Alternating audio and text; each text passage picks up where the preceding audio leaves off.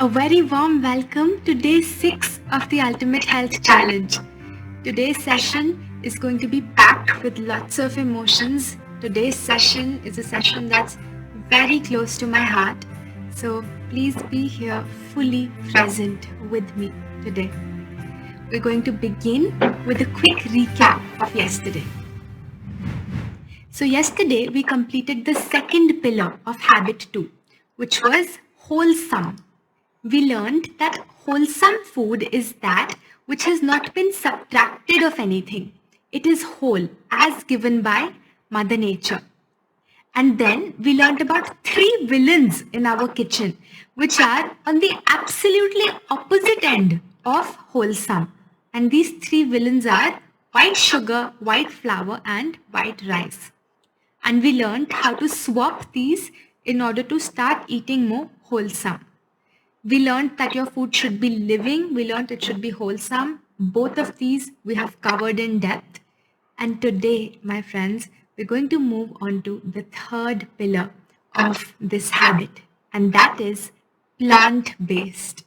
So what is plant-based? Simply put, eating plant-based means eating food that comes straight from plants, from the soil, from bushes, from trees, and not that which comes from animals. So the most common animal-based foods include meat, fish, eggs, dairy, and dairy products. Come, let's take a look at today's roadmap, how the session is structured. So we'll start by discussing milk. Is milk good for you? And we'll spend majority of today's session on this topic. Since childhood, we are told that milk gives us strong bones. But is it really good for you? Today, you'll find out. Then you will learn some practical solutions to practical problems that we face while switching to a plant-based diet. Then we'll jump on to the second most common animal-based food, which is meat. We will understand whether or not meat really is food for us humans. And lastly, we will talk about eggs. What really goes behind an egg? There's one thing that I want to ask of you for today's session, and that is that you listen to the session with an absolutely open mind. You see, all of us have a mental slate, and on this mental slate, there's many things that are imprinted.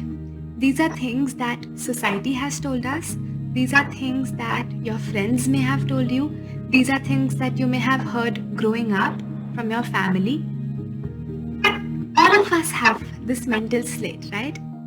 Now, you tell me, if you have this mental slate with so many things already written on it, will you be able to absorb any new knowledge? No, right? So my request to you is that for this session, for the next about an hour or so, you wipe this mental slate clean and listen to the knowledge being shared today with an absolute open mind, because a lot of the learnings that you shall receive today will be quite the opposite of what you have learned growing up, what you have learned from society around you. So especially this session requires a blank slate. So close your eyes with me. I'm talking to you. Close your eyes and take a second just to wipe this mental slate for this session. Take a deep breath. Exhale.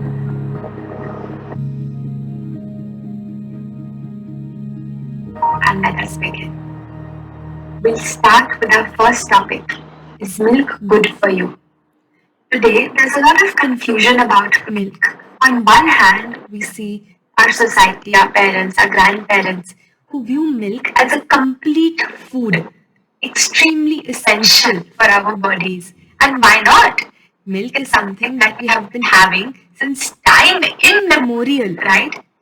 But on the other hand, we see this huge wave of people who are quitting milk today. who are able to heal their diseases by quitting milk. So, what is this milk controversy all about? If it's so beneficial for us, then why is there a huge wave of people going against it today? Well, in the next few minutes, you will learn all about it, and then you can decide for yourself if milk is appropriate for you or not. Our scriptures are full of references on the importance of milk. In this verse of the Mahabharata, cow's milk is called Amrit. Rig Veda states, Goshu Mamritam Rakshamana, which translates to, cow milk is Amrit. It protects us from disease. That's not it. Even in the Charak Shastra, one of the most ancient Ayurvedic books, a lot of good things have been written about milk. Even the Holy Prophet of Islam said that milk of cow heals any pain and ache.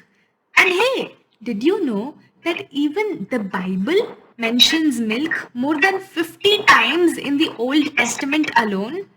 And each time it is mentioned, it is referred to as a spiritual blessing.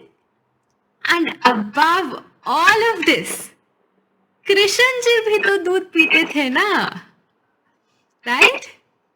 So throughout our Vedas, milk has been viewed as Amrit. That is why our parents, our grandparents, our ancestors swear by milk. But my question to you is that do you think anything has changed since then? Well, the answer is yes. There are two major things that have changed since the time our scriptures and Vedic texts talked about milk. The first thing that has changed, from Amrit, our milk has become adulterated. In other words, from nectar, milk has turned into a chemical-laden concoction. Do you know what all is added to milk to thicken it, to multiply it? When I found out, I was shocked to know that things like detergent, caustic soda, white paint, and refined oil are added to our milk. I know this is hard to believe. It seems unreasonable. But come, let's watch a short video exposing the reality behind a lot of the milk that we get today. This person, on not revealing his identity, got ready to tell us how he makes fake milk. Okay, this adulterated milk, which is also called synthetic milk, what is it made from? Refined. You say refined, meaning refined oil. Ranji. So actually this is Ranji, which is a detergent. In the cities, we also call this Easy. What we had been hearing until now is right in front of our eyes. To make fake milk apart from detergent and oil, they use a glucose solution which is kept here in this utensil. First you added this detergent, which we also call Easy.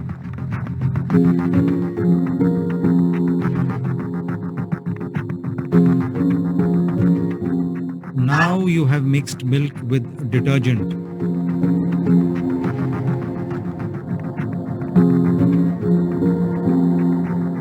So this has become foam, which we normally use for washing clothes.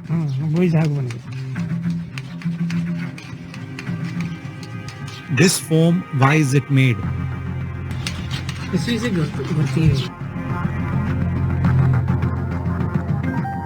Because of the detergent, this foam is made. Then oil was mixed. Then its color started becoming yellow. But still this person put the entire can of oil in it. After that, he was continuously mixing it with his hands.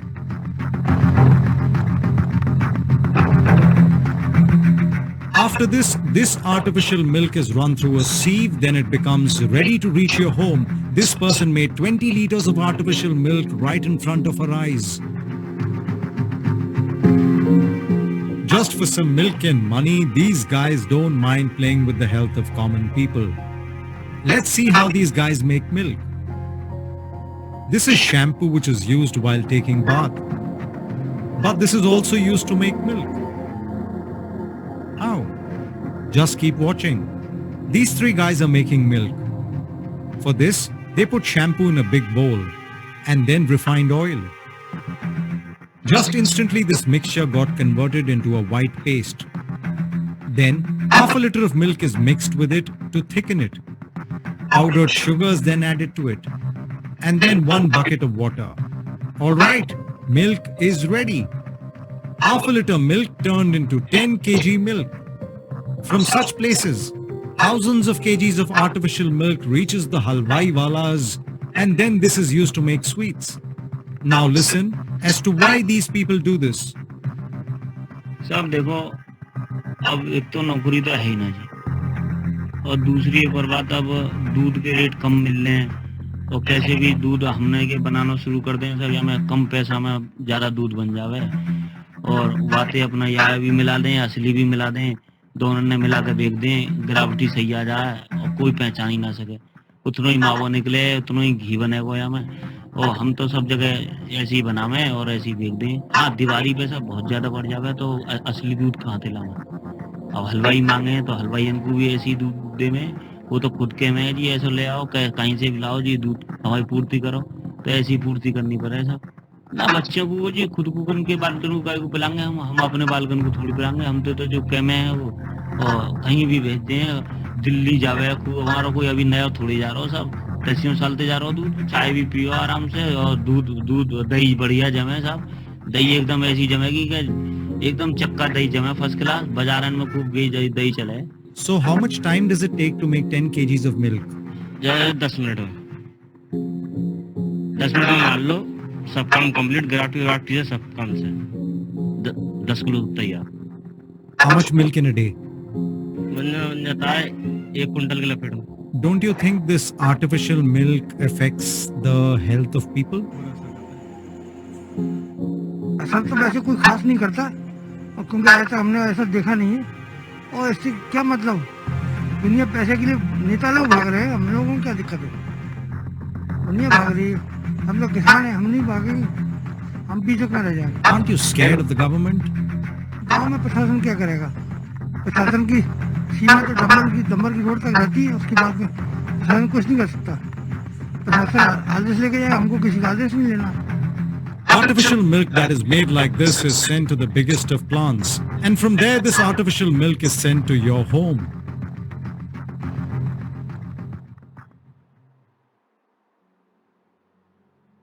How does that make you feel? Terrified? Disgusted? Angry? Fearful? That's how I also felt when I first found out about this reality. When I was young, I always heard people say that दूध में तो मिलावट होती है, milk is adulterated. But I always thought that होती होगी, पानी भर के देते होंगे. It must be adulterated with water. But never did I ever imagine that such toxic substances can be added to something that we are drinking every day and also feeding to our families every single day. And the immediate effects of having such milk range from thyroid imbalances, diabetes, PCOD, high blood pressure, sinusitis, congestion in the respiratory tracts. These are just the short-term effects. But the long-term effects are far more serious of drinking such adulterated milk. There was a study published in the International Journal of Epidemiology, which stated that consuming as little as 1/3 to 1/4 cup of a milk per day has been associated with an increased risk of breast cancer by 30%. You know how much 1/4 is? Just this much. And there's a research article, there's a study done on this. But that is not the only thing that has changed since then. There's one more major thing that has changed. The second thing that has changed is that our cows have gone from being treated like mothers to being treated like machines. You see, the importance of milk as described in our scriptures was fully dependent on cow service, cow seva. People used to have their own cow. They used to love their cow, serve their cow, and if any milk remained, they used to consume it themselves. They used to treat their cow like their mother. But what's happening today? It's not the same. Now, the dairy industry looks at the cow as nothing more than a money minting machine, a milk producing machine, far from a mother. I want to show you a video of two cows, Gauri and Maya. It may get a little gruesome in between. It may get a little hard to watch in between for some of you. But my only request is that please don't turn away. Here it goes. This is the story of two cows, Gauri and Maya. Gauri was a beautiful cow born in ancient India 500 years ago. Sheila used to take care of her. Each morning, Sheila would bow down to Gauri and feed her with love. Sheila cleared her space and made sure it was clean and organized. Every day, Sheila left Gauri open in the fields to graze fresh grass.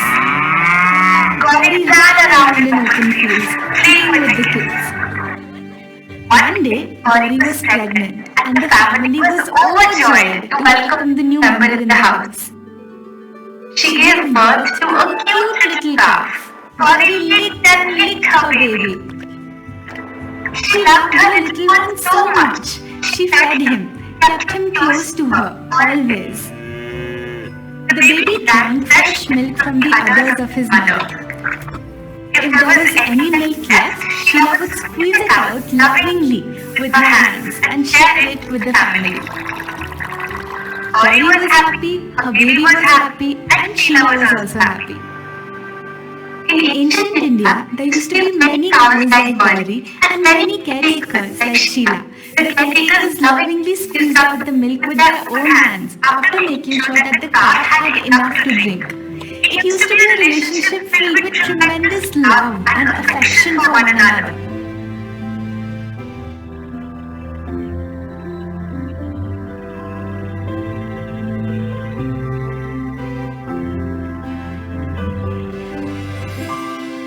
Now, let's listen to another story of a cow named Maya. This is Maya, another cow. But unlike Gauri, Maya is a cow of the modern age. She was born in 2020. Maya lives in a small area where she is perpetually tied to a 3-foot rope. The rope is so short that Maya can barely even move. Maya has never seen open fields. She has no option but to live in her own feces and urine. One day, the keeper of the farm comes. Oh, but what's he holding in his hand? Turns out it was a big syringe to forcefully impregnate Maya. It was painful, but somehow Maya survived. She carried her baby in her womb for 9 long months, waiting for the day she'll be able to touch him. After 9 months, Maya gives birth to a delicate baby calf. For the first time, Maya is happy. She has tears in her eyes. She produces milk in her udders so that her little baby calf can come and drink. The baby calf goes into the udders to drink his mother's milk. But guess who's here? The farm keeper. He comes and snatches her little calf away, ties him away from Maya. He gets his big machines and extracts all her milk out. The machine pains, it hurts, it's excruciating. It stays on for hours, leaving Maya in excruciating pain. The negligent workers leave the machine on long after Maya has been pumped dry. Every day, the same cycle repeats. Maya produces milk for her little baby calf. Every day, the farm keeper cheats her by stealing it away. Maya shouts helplessly, "Please don't take my baby away, don't take my baby away." The keeper, staying deaf to the painful calls, squeezes even the last drop of milk from her.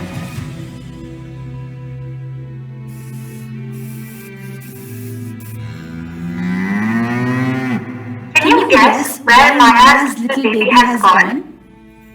Well, his fate depends on his gender. Unfortunately, he was a boy, which means he couldn't produce milk. There was no use of him on the dairy farm. And so he was sent to a dreadful place, the slaughterhouse, where he was cut and sold as beef. For 3 months, Maya stands in the same place every day, waiting for a little baby who she couldn't ever care for, who she couldn't ever love. Maya, sad, depressed, tired, violated, stops giving milk. But the farm keeper, he never stops. He comes in with a big injection in his hand of oxytocin and punches it inside her, forcing her to make more and more and more and more milk. But after that, the keeper impregnates her again using the same needle that he used last time. Maya's fate decides where she will go next. If she gets pregnant, she goes through the same torture again. If she doesn't, she is thrown out on the streets in a poor, malnourished state. Or even worse, sent where her male child was sent, to the slaughterhouse. This is not only the story of Maya. This is the story of most dairy cows in our country and in our world.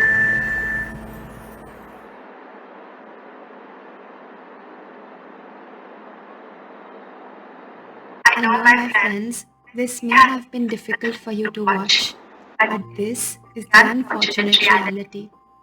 You know, when we were compiling this video, we were searching for clips, we were searching for footage to put inside, real life footage, and we couldn't. Because if we did, you wouldn't be able to watch this video. It was so intense, it was so painful. But do you realize, if it's so difficult for us even to watch this, what must the cow go through? Today, most of the milk that we are getting in our homes is a product of such torture. Gone are the days when the cow was loved or cared for or served. Now, she's not a mother to the dairy industry. She's simply a machine to produce milk and to make more money. That glass of milk on your table, the block of cheese on your plate contains the pain of a cow and her little baby. I know paneer is tasty. I know chas and lassi and doodh are tasty. But I want you to ask yourself, are your taste buds really more important than the life of an animal? Are your taste buds really more important than the life of another living being? जितना प्यार हम इन dairy product से करते हैं ना, उससे कई ज्यादा प्यार एक गाय अपने बच्चे से करती है. For me personally, it's been over 6 years since I've stopped consuming dairy, and you know, I was the kind of person who couldn't imagine going even a day without butter, without morning coffee, without paneer, without cheese. I honestly couldn't imagine. I used to laugh at people who used to say that they don't consume dairy products. I used to laugh at them. When I stopped consuming dairy, I did not stop for the taste issue. I stopped for ethics, for morality, and as a gesture of showing my love to the animals who we share our planet with. I have witnessed this in front of my own eyes. I've been to many gaushalas, but every time I've been there, I go with the expectation to see some humane treatment. But every time I go, I see some cow being whipped, some calf being pulled away from his mother. The cows tied to a 3-foot rope, not even able to move much.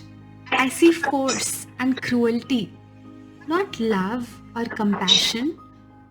I believe that the most powerful action that all of us can take to stop this torture is to say no to dairy.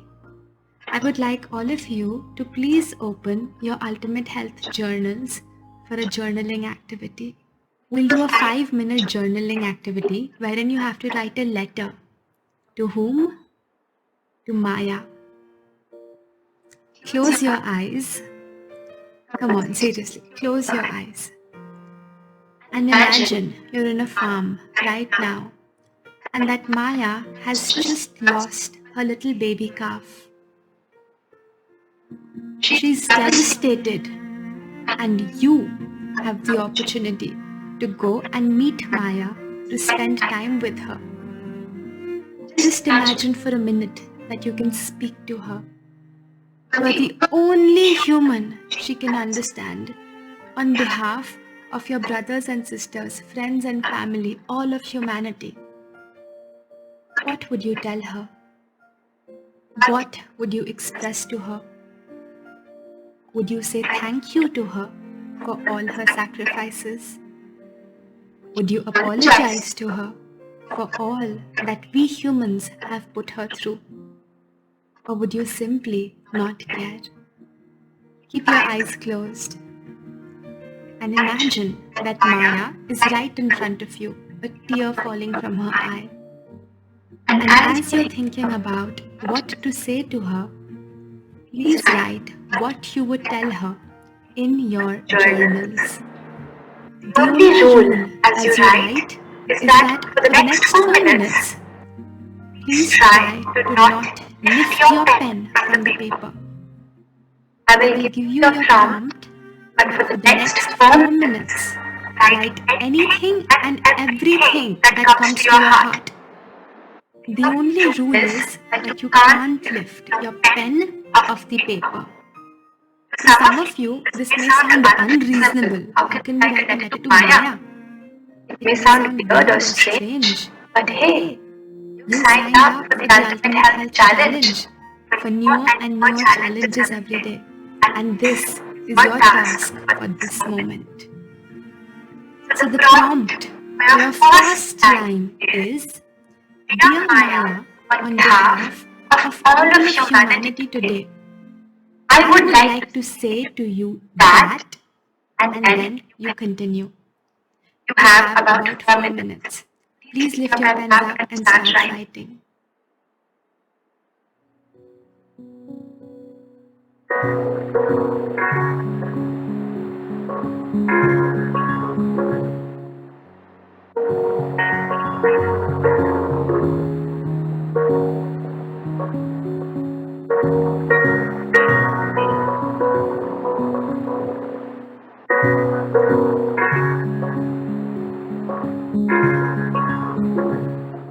बेसुबह से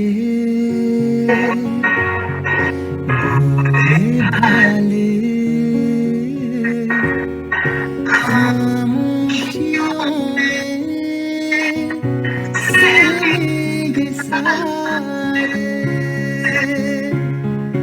जुल्म इन पे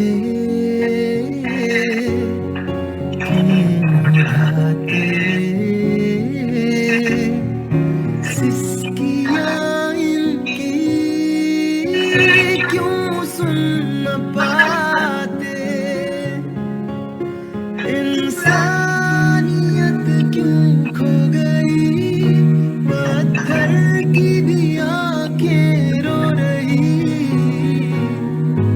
आंसू का कतरा तेरी आंखों में दिखाना थाम लो इनको थाम लो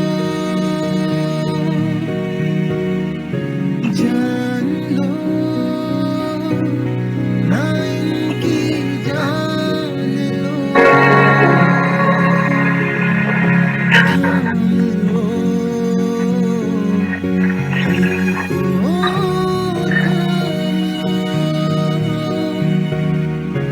जान लो ना इनकी जान लो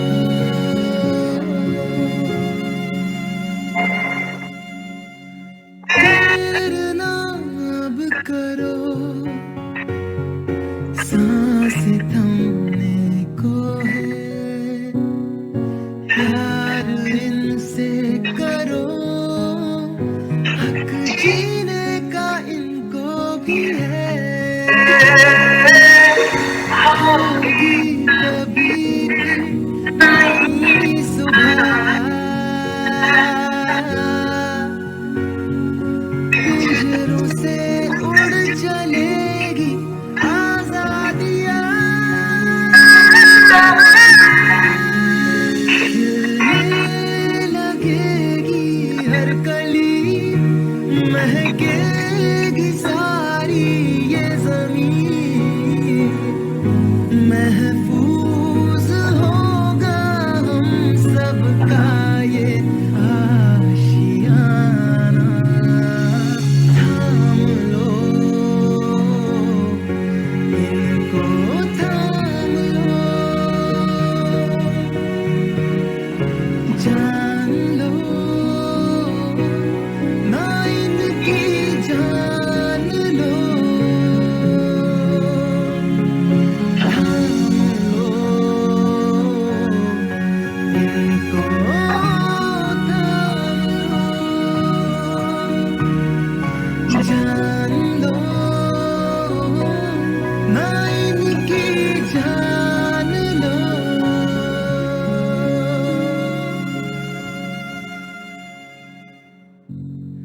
थाम लो.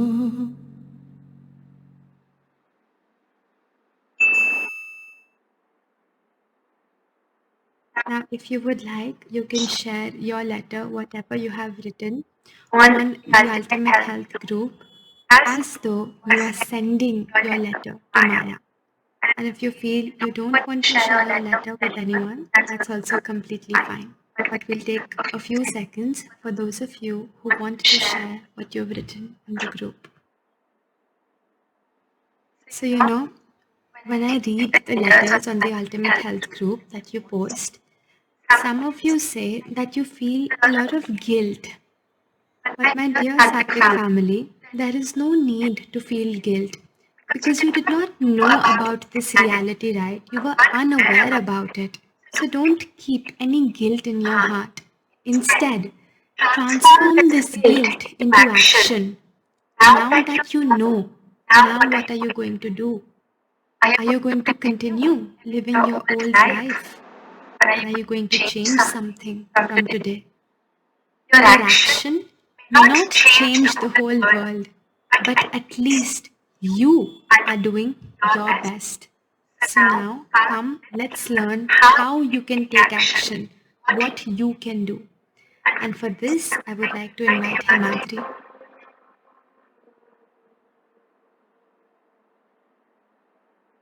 Hello everyone, Namaste. We are getting to know some very harsh truths about this industry, right? In this section, we'll understand what is actually in our hands. What can we do sitting at our houses? But before we move to practical solutions, practical swaps that we can make, I understand that the swap is not easy. It is not at all easy. Many questions come in our minds, right? The topic is such.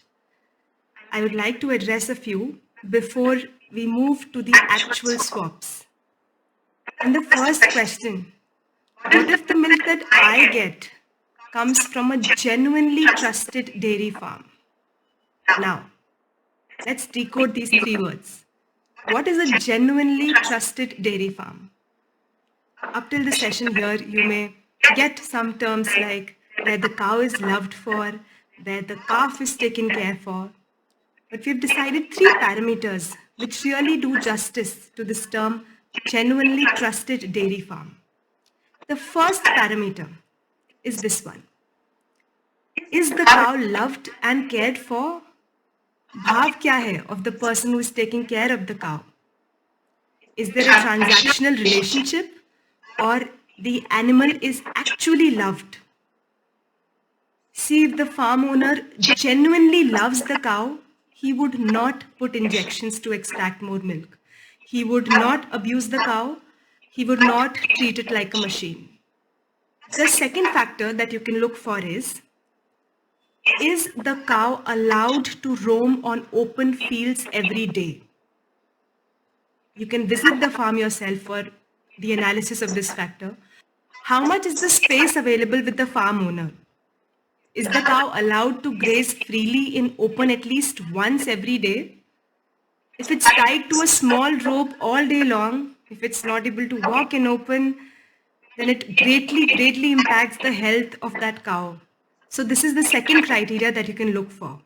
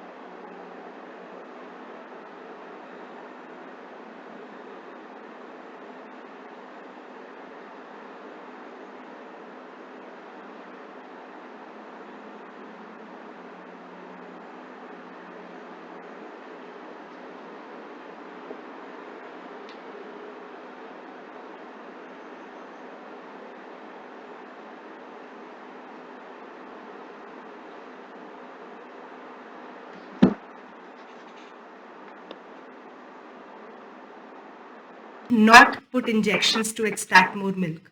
He would not abuse the cow. He would not treat it like a machine. The second factor that you can look for is the cow allowed to roam on open fields every day? You can visit the farm yourself for the analysis of this factor. How much is the space available with the farm owner? Is the cow allowed to graze freely in open at least once every day? If it's tied to a small rope all day long, if it's not able to walk in open, then it greatly impacts the health of that cow. So this is the second criteria that you can look for.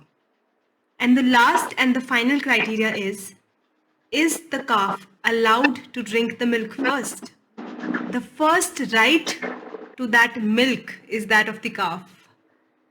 दूध पे जो पहला हक है वो बछड़े का होता है, उसके बाद ही हम निकाल सकते हैं. So make sure that the calf is allowed to drink milk first and is not deprived of its mother's milk. So if these three conditions meet, consider it your genuinely trusted dairy farm. If you find a cow like this, a farm like this where cows are loved for, cared for, you're very lucky. Go ahead and have milk, no problem at all. But sadly, the truth is, it is extremely difficult to find such a farm in the modern day and age. Even if the cows are left in open, they are artificially inseminated. Even if they are mated naturally, they are separated from their calves. Some or the other factors don't meet. And it's really difficult to find out an authentic source of milk today. But hey, there is a brighter side and there are alternatives. From most packaged dairy, which seem very innocent from the outside, but in reality is nothing but a product of the same abuse that cows go through, you can switch to plant-based, homemade nut milks. Some of you may have heard of nut milks. For some of you, this is the first time you're hearing about it. There's no chance of adulteration because you are making it with your own hands at your own house. And of course, there's no chance for cruelty as well. Nut milks are a great alternative. In many recipes, you can achieve the same taste, the same texture without even adding real milk. And you won't believe it until you try it. Let's quickly watch a video how you can make these nut milks at your home. Hello everyone, in this video we're going to make two super quick plant-based milks. Let's start with making coconut milk. Here we have taken 1 cup of chopped coconuts. We are going to add it in the blender. I have already taken out 2 cups of water in this small little vessel. I'm going to pour it slowly so that the coconut blends finely. Starting the blender. Check what's the status in between. No big chunks of coconut should remain, so it needs more blending.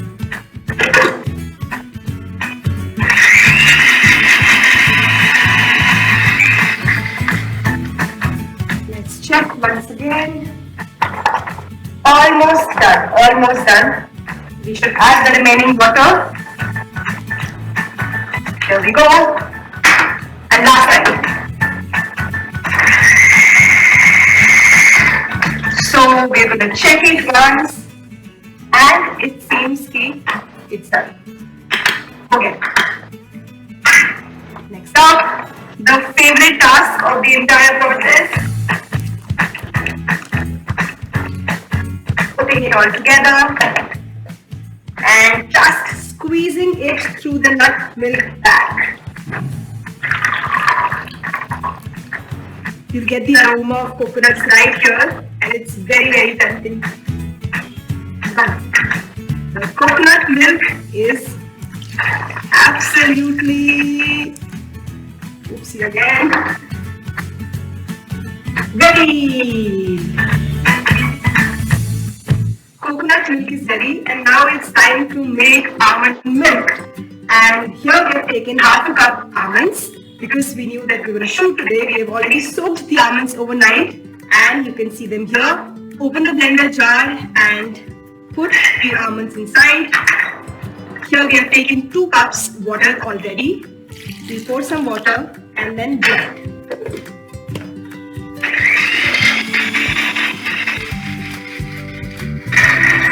We'll just check whether it is done.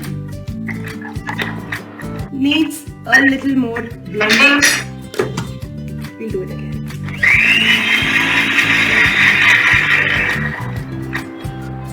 One last bit of water and it is done. One last time. And it seems absolutely ready.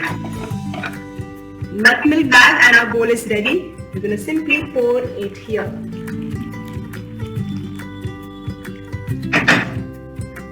Time for the favorite part again. Hold it up and squeeze it. Never throw the leftovers anywhere. Almonds are costly and your mother is going to scold you if you do this. And the almond milk is, oopsie, ready. Here it is, fresh and homemade almond milk.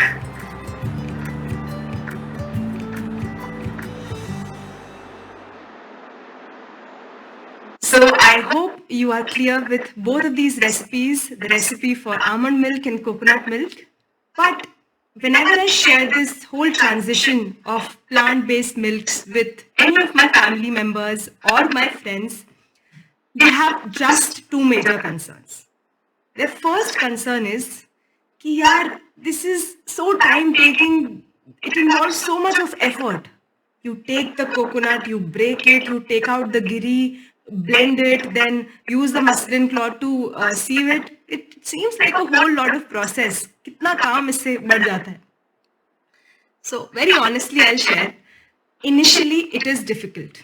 Initially, it does feel like, oh my God, these are added steps. It was so much easier with dairy milk. Initially, it does feel like a task. But quite honestly, I would also like to share that this difficulty is only initially. Initially, there is effort, but gradually, with time, it becomes a part of your kitchen. We get used to it and it does not take as much time as it used to take earlier. It doesn't feel like that extra work. Believe me on this. And you can also try with your own experience for sure. And the second concern that all of them have is that coconut milk and oil is expensive. This is heavy on the pocket. So let's break down this one. That is coconut milk actually expensive or is it something that's just there in our mind? Now, at your place, how much does this coconut cost? 30 rupees, 35 rupees, 40, 45, somewhere 50. So our team did an extensive research and they calculated the price in different corners of India, and we found out that on average, this type of coconut costs around 40 rupees. And from one coconut, if you break it open, you'll get giri. If you chop that giri into small parts, from one coconut, you can very, very easily get 2 such cups of giri. Yes, you can try it out at your place. Depending on the size, it may be a little more, a little less, but on average, we can easily take out 2 cups of this giri. Now from these 2 cups of giri, 1 liter of coconut milk can come out. This is from the same method that we discussed in the video. You can try this at your home, check it very properly. Around 1 liter of milk we can very easily get. So as per this, how much did it cost? 1 liter of coconut milk. 40 rupees. Yes. Now if we compare it with regular dairy milk, of course the prices may also vary, but 1 liter of packaged dairy milk costs around 40 to 45 rupees. For some of you it may be less, some of you it may be more, but on an average. And if you're taking A2 packaged milk, it's even more expensive. It's around 70 to 100 rupees. The price varies per liter. The comparison lies in front of your eyes. It is not as costly as it seems. For international participants, you do not need to go for coconuts if they're not readily available at your in your country, in your city. If they're very, very expensive for you, don't go for coconut milk. You can make any other plant-based milks like almond milk or any other milk, whatever is affordable for you. Now let's have a glimpse of what all recipes you can make from these plant-based milks. Firstly, we have the delicious and super tasty, yummy smoothie bowls. Then you can try different curries out of these milks. Then you can try desserts like kheer, made from these nut milks and sweetened with jaggery. You can also make some refreshing drinks like chas. I remember this coconut chas used to be served to our workshop participants, and everyone used to be doubtful like, ये पक्का normal buttermilk नहीं है. It tastes exactly the same. You can try it out. It really tastes like normal buttermilk. Then you can try making sattvic cold coffee, a drink for those special days, and of course many different varieties of ice creams. Out of them, there's one called peanut butter ice cream. It's very quick to make.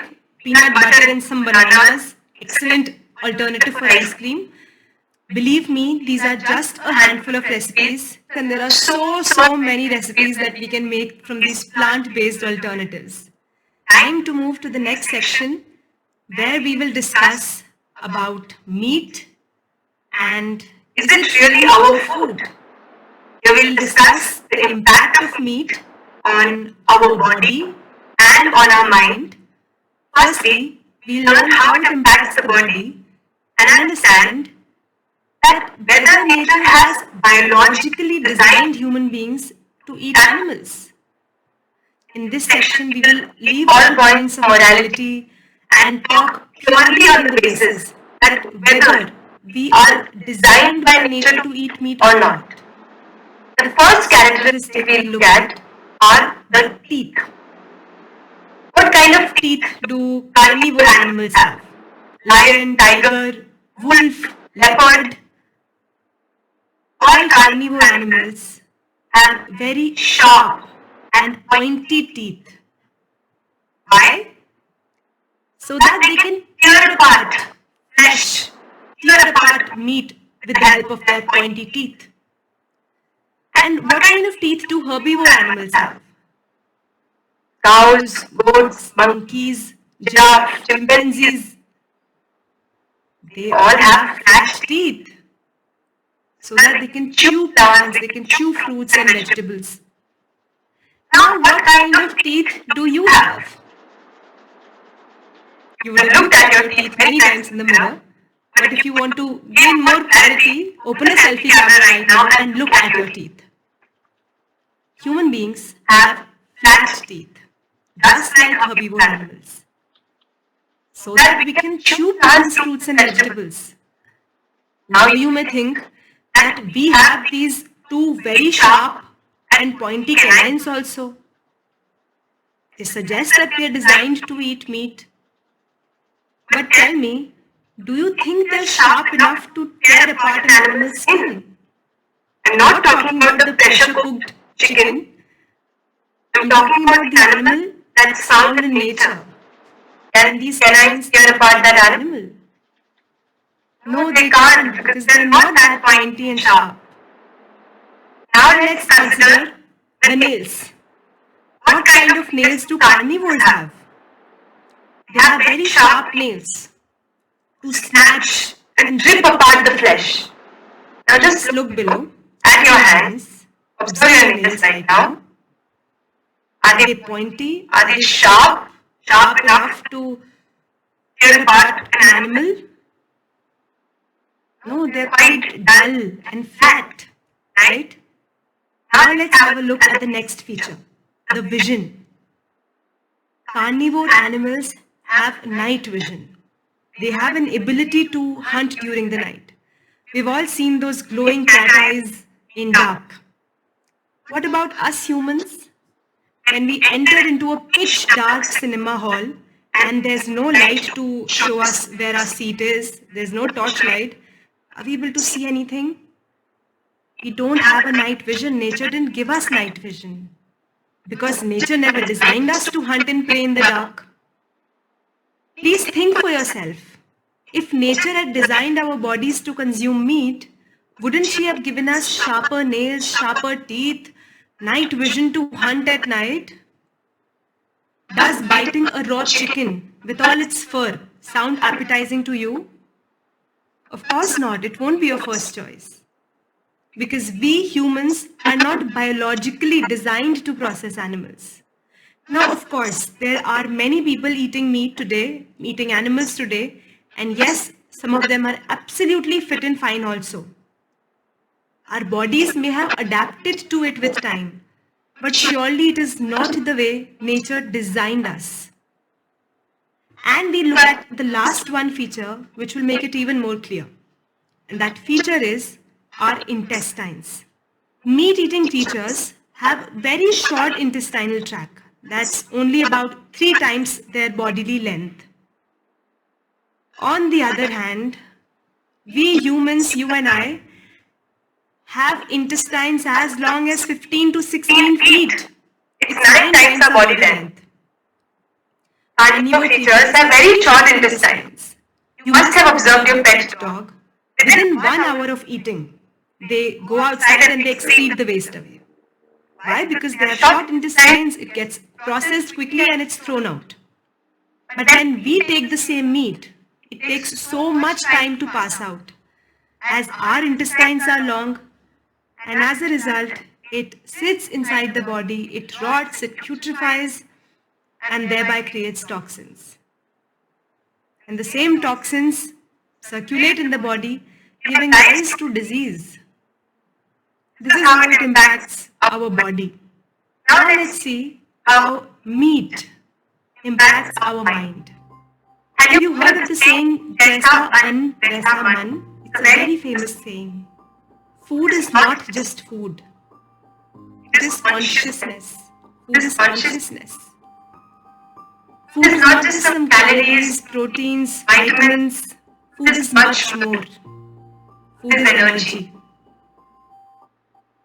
And when we eat food, it is not just the nutrition that is transferred to us. It is the energy of the food that is being transferred to us. Which is why what you eat dramatically affects the way you think. A chicken nugget was once a living hen like this. And where did this hen come from? It spent all its life in dark, squeezed, inhospitable cages, where the living conditions are unimaginable, gruesome. Well, the animals are not treated like living beings, they're treated like objects. Dropped, dragged, beaten, kicked. What do you think would be the feelings of these animals crammed up like this? Pain, exhaustion, misery, anger, frustration. And then We eat the same tortured animal, the same energy is transferred onto us. not only are they ingesting the animal, but they're also ingesting the pain, the sorrow, the exhaustion of these living beings. And with time, our body begins to accumulate that whole energy, which manifests within us in different forms, in the form of anger, in the form of violence, depression, illness. When someone dies, where do we take its body? In the graveyard or the cremation ground, right? Let's not make our stomachs a graveyard for dead animals. When we consume the dead bodies of these animals, are we not making our body a graveyard? Just think about it for a second. Your body is not a graveyard. I do understand that this session may feel a little overwhelming for many of you. It may trigger some emotions, it may feel overwhelming to a certain extent. But before we end, there's one last topic left. And this one is considered quite innocent. Let's find out about eggs and what goes behind them. If you consume eggs, or you know of people who do, eggs are used in many recipes, in mostly breakfast items and omelets and cakes, pastries, in egg bhurji, hard-boiled eggs, many different recipes. But behind this, there's one core reason because of which the whole world is running behind eggs. And that one reason, you know it very well, is that of protein. Egg is considered the perfect protein, right? But are eggs really that perfect protein? Let's understand what's an egg basically. An egg houses the building material for a small little bird which will have a beak, which will have a tail, which will have eyes. It has that base material for its building. And of course, if it has that base material, it has to have protein because protein is nothing but a building block. Yes, there is protein in eggs and it is perfect. But perfect for whom? For that ready to be fertilized egg, which on fertilization will turn into a chicken. Not for us. It's way too much for us. We don't need that much protein. So the egg industry spends millions of rupees marketing to you that it has protein, it has protein.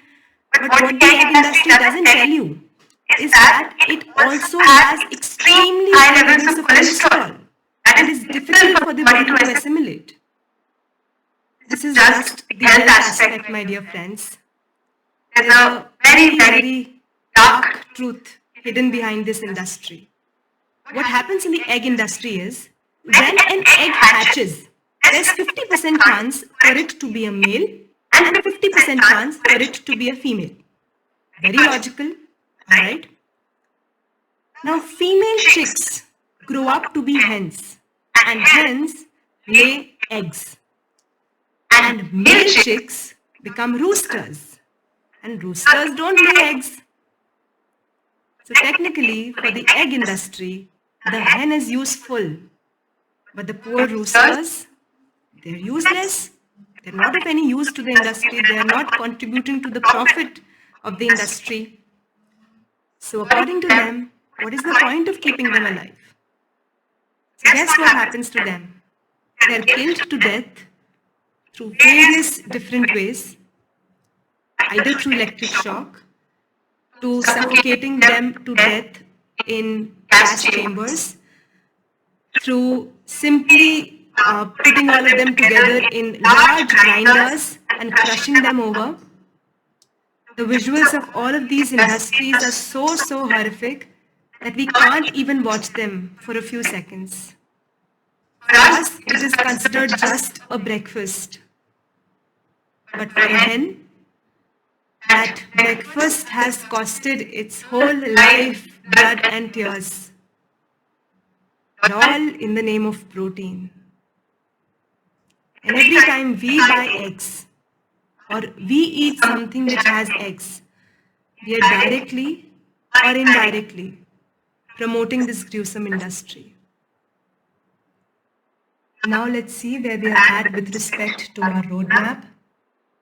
We started the day with knowing the reality of today's milk, the adulteration that goes behind, the story of the modern day dairy cow, Maya.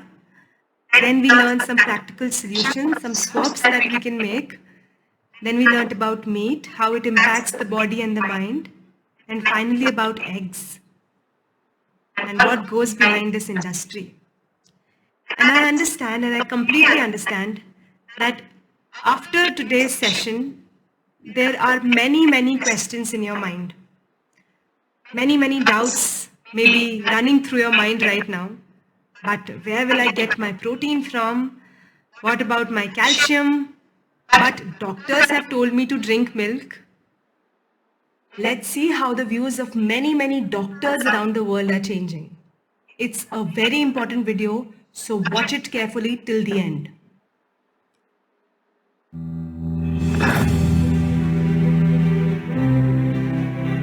interested in eating a little bit healthier, but I'm worried that if I take meat or dairy out of my diet, I'm not going to get a complete protein.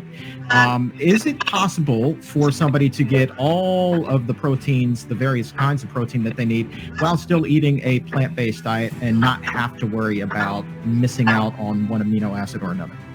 Absolutely. Quick answer, yes, we can get all the protein we need from plant-based foods. So basically nothing to worry about there. Nothing, absolutely nothing. That is kind of a misnomer in a sense. When we bring in people and they're on meaty diets and we transition them to a plant-based diet, we always track what they're eating. Their vitamin intake goes up. Their nutrition overall goes up, dramatically better. And these same people might worry in advance, will I get the nutrition that I need on a plant-based diet? The fact is, you're not getting the nutrition you need on a meat-based diet, and you're going to get dramatically better nutrition on a plant-based diet. We do not need to eat animal foods to get the animal protein. Plants have all the protein we need to have. What is the healthiest diet?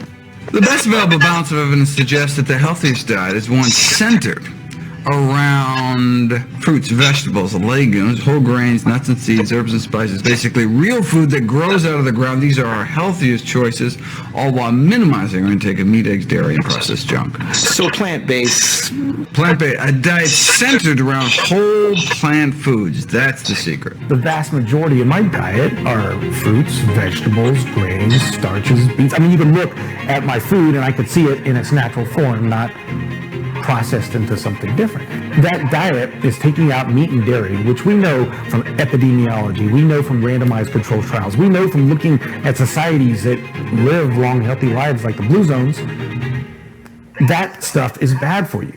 And the progression of many diseases not only can be halted, but reversed, sometimes in as little as just 2 to 3 weeks by switching to a plant-based diet. You can stop and reverse heart disease with plant-based diets, scientifically shown. I've seen it in my own patients. People who adopt low-fat plant-based diets can actually reverse their heart disease. And that literally means watching the plaque start to go away, something they didn't think could happen. My experience with patients is, and the studies show, that when people adopt a fully plant-based diet, their cholesterol levels plummet within a few days. And if you do blood tests in a couple of weeks, you'll see dramatic improvements. Yes, your numbers are going to look great within a week or two. Your cholesterol can come crashing down. In fact, if you're on medications, your doctor may have to pull off your blood pressure medication so your blood pressure don't drop too low because it can work too good. Like that, the side effect is not having to take drugs.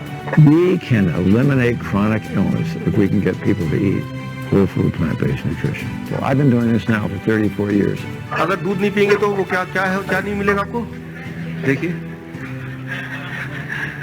ये सवाल मैं कहीं भी पूछता हूँ, किसी भी देश में जाकर पूछता हूँ, किसी भी ग्रुप में पूछता हूँ, चाहे वो बच्चों का ग्रुप हो, आंसर एकदम से calcium.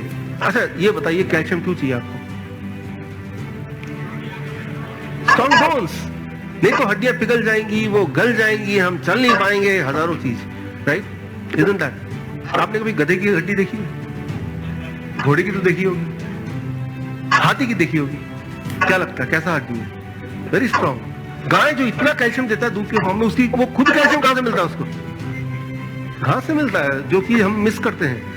Green leaves, right? Think about it. Calcium is a mineral. Minerals come from the ground, and anything that grows on the ground has calcium in it. That's where the cows get their calcium from, right?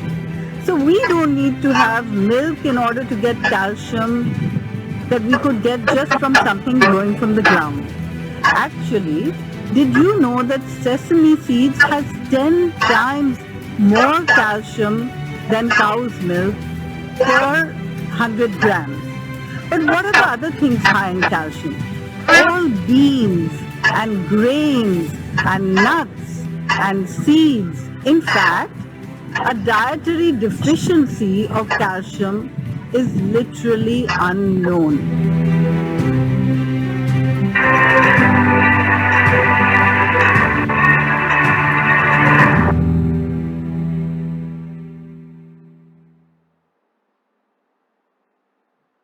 So when are you making this switch?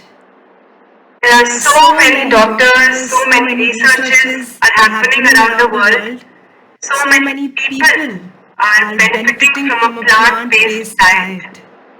If you have more questions about this way of living, about plant-based diet, about topics of milk, what about A to milk, should I give milk to my kids or not, how will I manage all of this with my family? There are many questions lined up still, I understand. So we really want to answer them, but we want to do that in a well-structured way.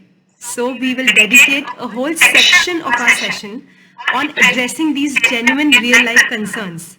We'll do this in one of our upcoming sessions. Don't worry at all, we will address them. With this, I would like to invite Subha to announce the challenge for the day. Alright, before I share with you the daily challenge, I quickly want to ask you a question. Have you watched any of these documentaries? The first one is Game Changers, second one is Deadly Dairy, and the third one is Global Junk Food.